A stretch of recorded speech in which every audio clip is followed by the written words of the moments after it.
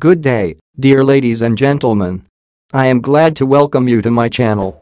This cryptocurrency has firmly entered our lives and we know the final outcome. Are you ready to make a profit or sit on the sidelines? It all depends on you. Only you are the leader of your life, and the main future is in your hands. Recently, the XRP community has been divided into lines of those who believe in the theory and those who do not. The theory in question is whether XRP will reach $589 before the end of the year, or even $10,000 a day. Is this really possible for the Ripple token? According to the XRP community, first of all, the $589 theory has three possibilities of occurrence. The first and most widely discussed method is that the launch of XRP will push up the price of the coin due to the huge increase in trading volume. Secondly, an increase in the price of XRP, since commissions in this trading volume will determine the price. There are also proponents who believe that 58.9 is the atomic mass of cobalt, which is the name of an upgrade designed to increase the speed of XRP. The most likely of these three is that the launch of XRP will push the price of XRP to $589.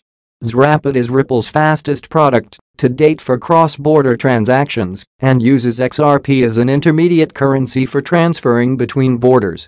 This means that any volume received as a result of cross-border payments will be directly transferred as trading volume for XRP, since the XRP required for the transaction will be bought and sold on exchanges on the sending and receiving side of the money transfer, respectively.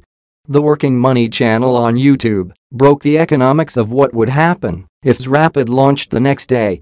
He calculated the average daily fluctuations of XRP and the average daily volume of the coin, which amounted to 7.25% and $191 million, respectively. He then went on to hypothesize what the price of XRP would be if Ripple captured 1%, 5%, 10% and 100% of Swift's existing market share. Swift processes approximately $4.7 trillion every business day. If XRP took 1% of this business, the daily volume of XRP would reach $47.8 billion.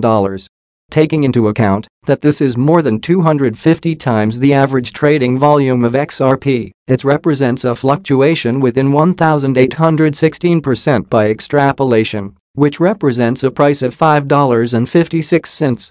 Similarly, the price of XRP for 5% of Swift's volume will be $26.62, since the trading volume is about $239 billion. 10% of Swift's volume would amount to an XRP price equal to $55.6.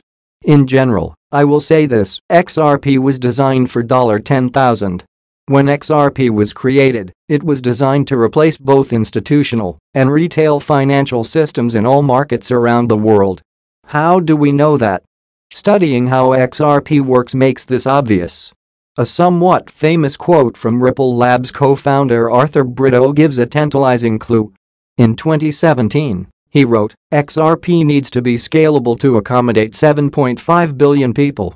We will return to this quote, but it gives an idea of the scale of Ripple's ambitions that will be used by the population of the whole world.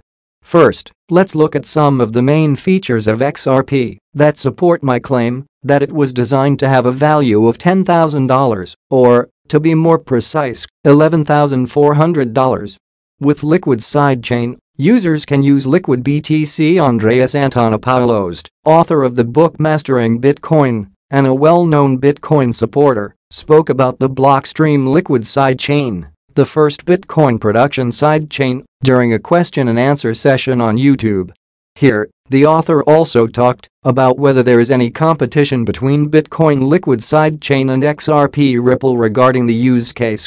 Antonopoulos began by talking about the Liquid Sidechain, in which he stated that the product was developed by Blockstream, a well-known Bitcoin company that has participated in numerous Bitcoin-related projects.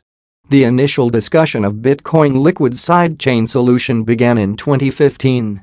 Here, a sidechain is understood as a separate chain of blocks that is connected to the main chain through a two-way binding, a mechanism that allows assets to be activated at a given speed.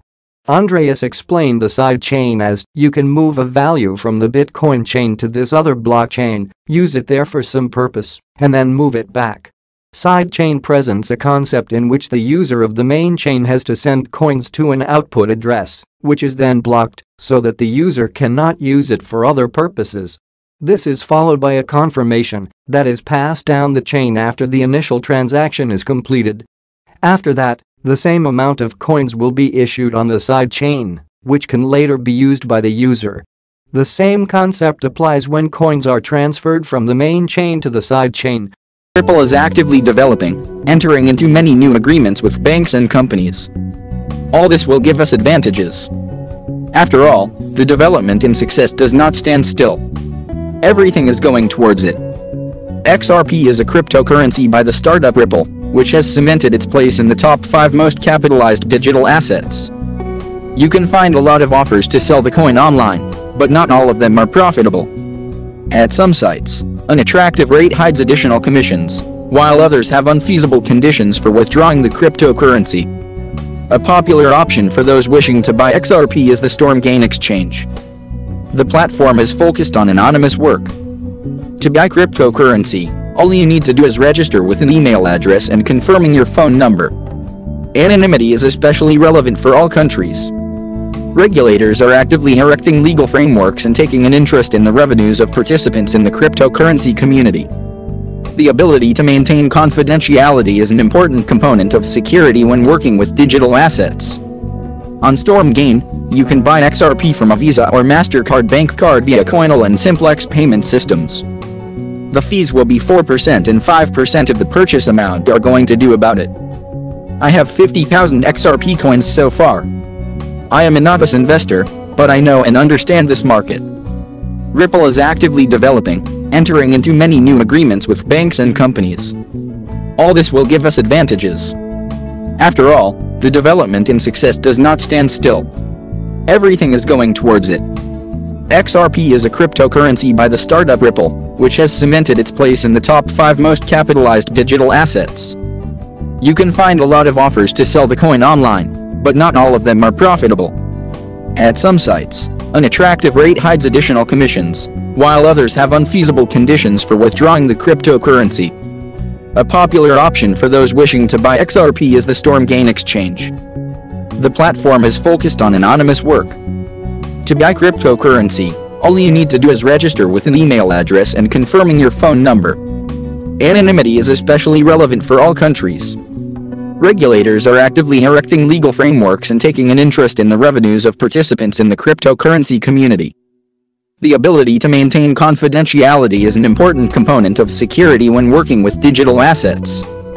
On Stormgain, you can buy XRP from a Visa or MasterCard bank card via Coinal and Simplex payment systems. The fees will be 4% and 5% of the purchase amount are going to do about it. I have 50,000 XRP coins so far. I am a novice investor, but I know and understand this market. Hi all ladies and gentlemen. Today we will talk about XRP, a cryptocurrency that has been bugging no one until now. What will happen next? I have prepared for you some documents with information which for sure will be useful for you. Because thanks to it, you can understand in what direction to move. And before we begin, I want to ask you to subscribe to my channel, because it will be useful to you in the future quality news information that will not let you fall below the level that is now. Well, now let's go. Is now. Well, Ripple CEO is optimistic the crypto firm will get ruling on XRP lawsuit soon, slams embarrassing SEC. Indeed, the SEC case has already dragged on for as long as one can imagine. The denouement, however, will not come soon enough. Brad Garlinghouse, CEO of crypto company Ripple, said he is optimistic that a ruling on its legal dispute with the Securities and Exchange Commission will be reached in 2023, potentially in the first half of this year. The lawsuit relates to whether XRP should be treated as a security, has important implications for both Ripple and the broader crypto market. Garlinghouse sternly rebuked the SEC's legal battle with his firm Wednesday, saying the conduct of the agency so far had been embarrassing. The head of cryptocurrency and blockchain company Ripple, Brad Garlinghouse, says he is hopeful a resolution will be reached in its spat with the U.S. Securities and Exchange Commission within the first half of 2023. Judges take however long the judges will take, Garlinghouse, who is a defendant in the legal drama, said in an interview with CNBC's SCHWARTZ Europe Wednesday at the World Economic Forum in Davos, Switzerland. We are optimistic that this will certainly be resolved in 2023 and maybe in the first half. So we'll see how it plays out from here. But I feel very good about where we are relative to the law and the facts. The U.S. Securities and Exchange Commission initiated a lawsuit against Ripple in 2020, alleging that the company and its executives illegally sold XRP, a cryptocurrency created in 2012 to investors without first registering it as a security. Ripple disputes the claim, saying that the token should not be considered an investment contract and is used in its business to facilitate cross-border transactions between banks and other financial institutions. In December, Ripple and the SEC submitted their final round of briefs seeking a summary judgment to the case, respectively accusing each other of stretching the law. The judge could make a ruling in favor of either side, avoiding a trial, or put the matter before a jury. Garlinghouse said that he expects a ruling to arrive sometime in the coming single-digit months, potentially as soon as June. He added that he doesn't expect the company will settle the case, although he remains open to the prospect. "We have always said that we would love to settle, but it requires one very important thing, and that is that, on a go-forward basis, it's clear that XRP is not a security," Garlinghouse said. The SEC and Gary Gensler has very outwardly said he views almost all crypto as a security. And so that leaves very little space in the Venn diagram for settlement. At a September event organized by the Practicing Law Institute, Gensler said that the vast majority of cryptocurrency tokens are securities. He subsequently hinted that Ether may also qualify as a security. Without referring to it by name, Gensler told reporters in September that crypto staking mechanisms, which reward users who deposit their tokens to secure blockchain networks with interest-like payments, should count as securities offerings, since the investing public is anticipating profits based on the efforts of others. Ethereum, the network behind the world's second-largest cryptocurrency, switched to such a model last year. The only cryptocurrency that the agency has made clear it doesn't view as a security is Bitcoin. Gensler previously stated that the world's biggest cryptocurrency has no group of individuals in the middle, meaning investors aren't betting on an intermediary. The XRP case has important implications for both Ripple and the broader crypto market. A judgment pronouncing XRP a security could potentially impose much stricter curbs on Ripple with respect to the token.